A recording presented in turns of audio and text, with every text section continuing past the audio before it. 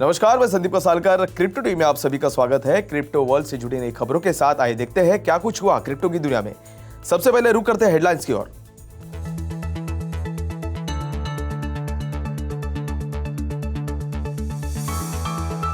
CoinDCX ने crypto currency के deposit और विड्रॉल्स को किया प्रतिबंधित।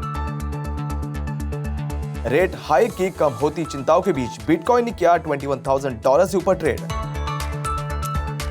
$100 मिलियन के लिए हार्मनी नेटवर्क का हॉरिजॉन ब्रीच हुआ हैक, 1 टोकन फिसला नीचे। रॉनिन हैक विक्टिम्स को एक्सी इन्फिनिटी डेवलपर द्वारा किया जा रहा है रियम्बर्स। 7 नेटवर्क पर मेन नेट लॉन्च के बाद थोर चेन के रून टोकन में आई उछाल।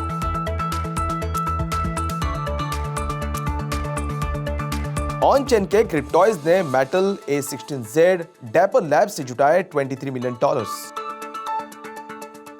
वेबसाइट एड्रेस के हाईजैक के बाद कॉन्वेक्स फाइनेंस ने नए URL को किया क्रिएट। एमिनेम और स्नूप डॉग ने BAYC की विशेषता वाले नए म्यूजिक वीडियो को किया जारी।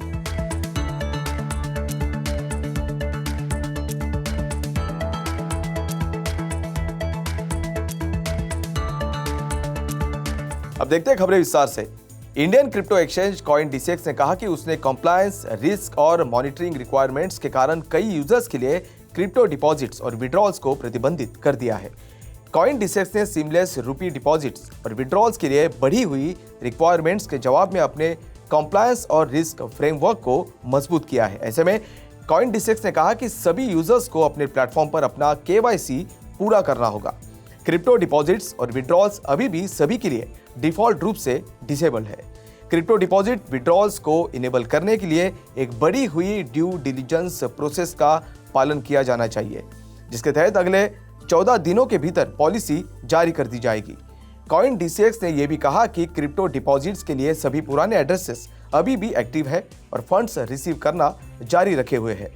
साथ ही आगे कहा कि इसे हटाने की प्रोसेस में है। वही INR डिपॉजिट्स और विड्रॉल्स सामान्य रूप से काम करना जारी रखते हैं। इस तरह से यूजर्स हमेशा की तरह INR के इस्तेमाल कर फंड्स को डिपॉजिट और विड्रॉल कर सकते हैं।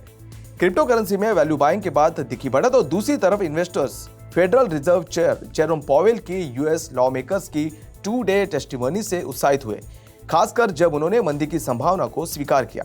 इन्वेस्टर्स चिंतित थे कि पॉवेल इन्फ्लेशन को शांत करने के लिए और ज्यादा एग्रेसिव रेट में बढ़ोतरी का संकेत दे सकते हैं, जो अब US इकोनॉमी के मंदी की ओर बढ़ने पर फैनिंग कंसर्न्स को देखते हुए संभावना नहीं है। फ्यूचर्स डेटा के एनालिसिस से पता चलता है कि अलग अलग कॉइन्स की कीमतों में हालिया तेज गिरावट के बाद इन्वेस्टर्स बिटकॉइन और क्रिप्टो करेंसी को लेकर पॉजिटिव बने हैं। इन सबके बीच क्रिप्टो वायर का IC15 इंडेक्स 6% ऊपर जाते हुए 28,700 के अराउंड ट्रेड करता हुआ दिखा। वही बिटकॉइन को पिछले 24 घंटों में 3% की बढ़त के साथ अराउंड $21,255 पर ट्रेड करते देखा गया, जबकि उसी समय के दौरान इथर को 9% की बढ़त के साथ $1,212 के अराउंड देखा गया। हॉरिजॉन ब्रिज से द हार्मनी लेयर 1 ब्लॉकचेन का इस्तेमाल $100 मिलियन के लिए ऑल्टकॉइंस में किया गया है, जिसे इथर के लिए स्वैप किया जा रहा है। लगभग 7:08 से सुबह 7:26 के ET समय के मुताबिक अलग अलग टोकन के लिए ब्रिज से 11 ट्रांजैक्शंस किए गए थे। तब से उन्होंने यूनिस्वैप डिसेंट्रलाइज्ड एक्सचेंज पर ETH के लिए स्वैप करने के लिए एक अलग वॉलेट में टोकन भेजना शुरू कर दिया है, फिर ETH को ओरिजिनल वॉलेट में वापस भेज दिया है। हॉरिजॉन ब्रिज ने यूजर्स को Ethereum, Binance smart chain BSC और हार्मोनी ब्लॉकचेन्स के बीच एसेट्स जैसे टोकन्स, स्टेबल कॉइन्स और NFTs को एक्सचेंज करने की इजाजत दी है। ऐसे में ब्रिज के ऑपरेटर हार्मोनी ने घोषणा की है कि ब्रिज 23 जून के एंड में रुक गया था। हालांकि BTC ब्रिज और उसकी एसेट्स अटैक से अनअफेक्टेड था। फेडरल ब्यूरो ऑफ इन्वेस्टिगेशन यानी FBI, डोमेस्टिक इंटेलिजेंस और US की लीगल इन्फोर्समेंट एजेंसी और साइबर सिक्योरिटी फर्म्स अटैकर की तलाश में शामिल हो गई है। इन सबके बीच हार्मोनी के नेटिव 1 टोकन में अटैक की खबर के बाद पिछले 24 घंटों में ऑलमोस्ट 11% की गिरावट देखने मिली है। Play to earn game Axie Infinity के डेवलपर स्काई मैविस ने अनाउंसमेंट की है कि वो रॉनिन ब्रीच हैक के विक्टिम्स के हुए नुकसान को लौटा देंगे और अगले हफ्ते ब्रीच को फिर से लॉन्च करेंगे।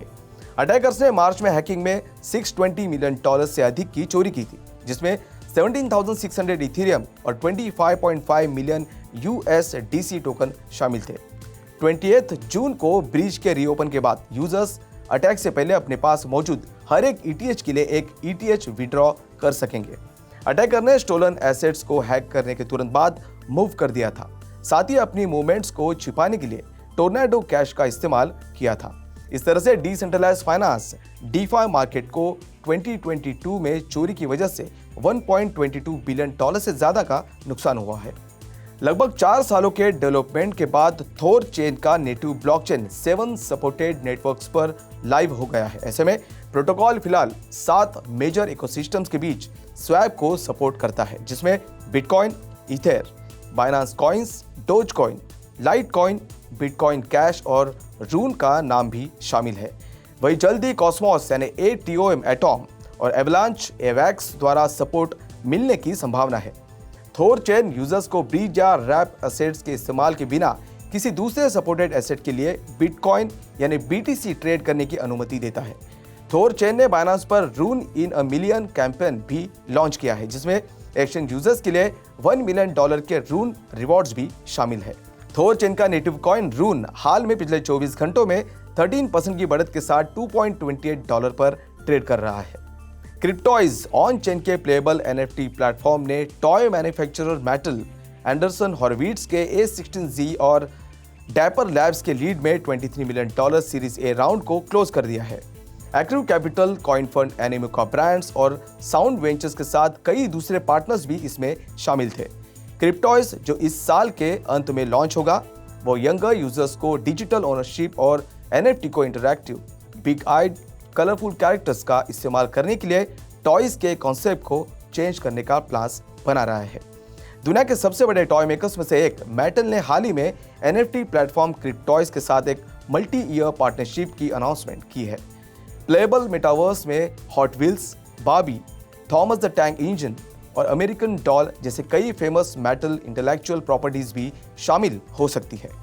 क्रिप्टॉइज को डैपर लैब्स द्वारा डेवलप फ्लो ब्लॉकचेन पर बनाया गया है।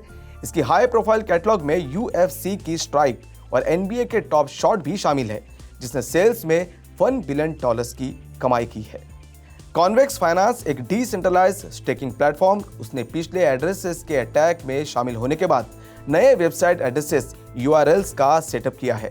दरअसल पहले वाले यूजर्स को एक अटैक में मैलिशियस वेबसाइट पर मिसडायरेक्ट किया गया था।